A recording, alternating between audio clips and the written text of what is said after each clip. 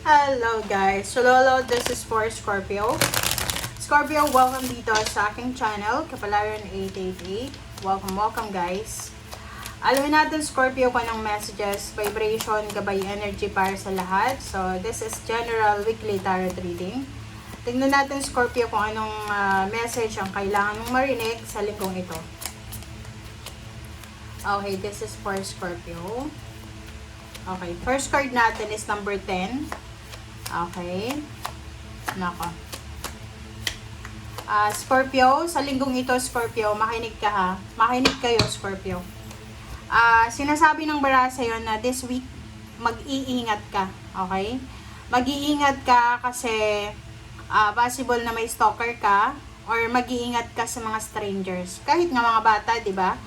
Nung bata pa tayo, sinasabi sa atin ng ating mga magulang na mag-iingat kayo sa mga taong hindi nyo kilala. So, eto din. So, sinasabi ng baraha, beware of strangers, beware ng mga taong hindi mo kilala kasi pwedeng saktan ka nila or dangerous yan. Okay? So, mag-iingat tayo, okay, this week. Lalo kung hindi mo pa kilala, mag-iingat ka. Hanggat hindi mo nakakasama yung taong yan, sa isang company, sa isang bahay, hindi mo malalaman kung anong klase siyang tao. So, you need to be careful. Okay, next is Crossroad. So, dito sa barahang to 22, sinasabi dito na you need to be careful sa mga choices and options mo. Kasi, parang marami kang choice or choices, maraming roads, cross-cross sila. So, medyo confused ka sa linggong ito. Mako-confuse ka. So, sinasabi ng baraha sa'yo, maraming opportunities ang magbubukas para sa'yo. So, choose wisely. Okay? Para hindi mo pagsisihan kung ano man ang mga decision mo. Okay? Sundin mo kung ano yung pangarap mo with faith and precision. And sinasabi ng baraha, lahat magiging okay. Okay? Lahat magiging okay. Once na nakapag-decision ka na. Okay? So, once na nakapag-decision ka na, okay nang lahat. So, ayusin mo yung decision making mo, Scorpio. Okay? Pag hindi ka sigurado, ihang mo muna, i-pause mo muna, i-postpone mo muna. Pero kung sigurado ka, choose wisely. Okay? Para maiwasan natin yung pagsisisi sa bandang huli. Alright. So,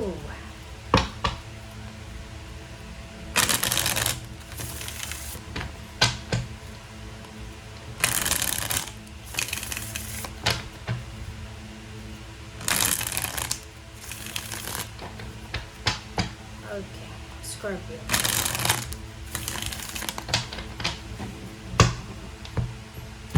Scorpio. Okay, this is your past and this is your emotion. Pareho siyang water sign. So, your water sign. So, sa nakikita ko sa'yo dito, I don't know kung anong ginawa mo sa past. Kasi may kanya-kanya naman tayo diba? So, kanya-kanya kayo. Marami kayong Scorpio na nanonood sa ngayon. This is your past. Parang sinasabi ng barahan na may ginawa ka sa nakaraan. Maybe nung mga 3 years ago, 4 years ago, or last year, or maybe recently lang. May ginawa ka na posibleng ngayon na natatakot ka. Natatakot ka sa mga consequences na pwedeng mangyari sa'yo. Parang bigla kang natauhan ba? Parang ganun. Hindi ko alam. Ano ba yan? Natauhan ka bigla sa mga pangyayari. So, sa nakikita ko sa'yo dito, may feeling ka ng takot kang karmahin, takot kang bumalik sa'yo yung ginawa mo. Kumbaga, ang nakikita ko sa'yo dito, natatakot ka na multuhin ka ng past mo. Parang ganon. Alright, so this is 4 of Cups. Nakikita ko sa'yo dito, malungkot ka. Malungkot. Sobrang lungkot mo. Sa physical siguro, sa mga social media accounts, napakasaya mo. Nakangiti ka, masaya, pero deep inside, hindi ka masaya. Tingnan mo siya. Sa nakikita ko sa'yo dito, naghahanap ka ng mabilisang solusyon sa kung ano man yan na emotion na nararamdaman mo. Kumbaga, yung mo ngayon, yung focus mo ngayon, yung mindset mo ngayon is sana makamove on ka agad-agad or sana makuha mo yung kasagutan sa mga katanungan mo agad-agad. Yung parang milagro. You're wishing for a miracle. Or sana, iniisip mo na sana magkaroon ka ng isang tao na, kumbaga siya yung magiging milagro sa buhay mo. I don't know kung anong pinagdadaanan mo. Diba? Malungkot ka talaga eh. Sa trabaho, sabihin natin, sa trabaho, napakahirap ng trabaho mo siguro. Okay? Pagod na pagod ka. Okay? Mayroon ditong Scorpio na sobrang pagod na pagod sa trabaho. Pagod na yung katawan mo sa trabaho. Pagod na pagod pa yung isip mo sa kakaisip. So, kaya naghahangad ka ngayon ng milagro eh. Yung parang gusto mo ng miracle. Okay? So, yung tower na to, sinasabi ng barahan na this week guys, hindi maganda yung linggong ito para sa'yo kasi magiging sobrang emotional ka, sensitive ka, pwedeng hindi ka makatulog dahil sa sobrang pag-iisip. Yung parang yung isip mo gulong-gulo, 'di ba?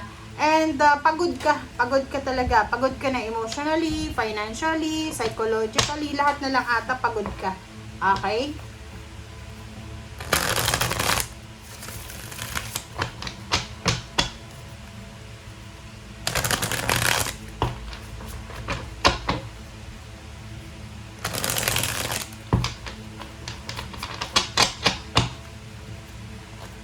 Alright. This is for the Scorpio. Okay, Chariot, Archangel Metatron. Nandito si Archangel Metatron. So, sinasabi ng bara sa'yo dito, Scorpio, nangangailangan ka ng motivation sa sarili mo. Okay? I-motivate mo yung sarili mo, kontrolin mo yung sarili mo, kung ano man yan na gusto mong gawin sa buhay mo. Okay? If ever na gusto mong mag-level up sa career, there's a possibility daw na magle-level up ka. There's a career advancement. And sinasabi ng bara sa'yo dito na maybe kung magaling ka sa trabaho, there's a parang promotion, salary increase, higher position, public recognition din. So, kung nagtatrabaho ka sa public, parang ganun. Okay, next is 9 of Michael. Yun, diba? Ito yun. 1, 2, 3, 4, 5. Ito yung 5 cards mo. Isa lang na kinonfirm niya. Sabi ng bara sa'yo dito, Scorpio, na yung mga inaalala mo is hindi naman importante. Unnecessary yan eh. Kung makikita mo dito, 9 of swords to, hindi ka makatulog sa gabi. 'Di ba? Puro ka lang cellphone, internet, ganyan, browse lang, mga social media, ganyan. Masyado kang nag-aalala, hindi mo alam kung ano yung inaalala mo. Ang nakikita ko, maybe you have depression or anxiety or stress. So, sinasabi ng bara sa'yo, mag-focus ka lang sa kung ano yung importante, okay? Alisin mo yung, yun, eto regrets talaga to eh. Punong-puno ka ng panghihinayang, ng guilt, ng pag-aalala. Okay? So, sinasabi ng bara, mag-pray ka, kasi Panginoon lang ang makakatulong yan sa'yo. Okay, Page of Ariel. Yun, 'di ba? Ang maganda dito, sinasabi ng barahan na this week, isang napaka malaking oportunidad ang posibleng i-offer sa'yo. So, like, kung halimbawa estudyante ka, there's a scholarship, or pwedeng may, there's an opportunity na magbalik eskwela ka. Okay? So, balik eskwela, tapusin yung pag-aaral, parang ganun, kung hindi ka pa nakapagtapos. Queen of Gabriel, so dito sinasabi ng baraha, huwag kang panghinaan ng loob. Okay, Scorpio? Sinasabi ng baraha, huwag kang panghinaan ng loob. You can do anything right now. Okay? Go after what you want. So, kung gusto mong mag-aral, gusto mong pumunta ng ibang bansa, kung nasa ibang bansa ka na, gusto mo nang umuwi, or gusto mong lumipat sa mas mayaman na bansa, go. Okay? Sinasabi ng baraha sa'yo na may mga tao na makakatulong sa'yo sa kung ano man yan na mga gusto mong mangyari sa buhay mo. So, you will be attracting mga generous people. Okay, last card natin is the Empress. So, this is you. Lalo kung babae ka, so sinasabi ng baraha, oras na para gawin mo lahat ng mga plano mo. Huwag ka nang magpatumpik-tumpik pa. Huwag mo nang hintayin pa na tumanda ka bago ka mag-execute ng plans mo. Sinasabi ng baraha sa'yo, huwag kang mag-alala. Lahat ng hard work mo, may kapalit yan. Okay?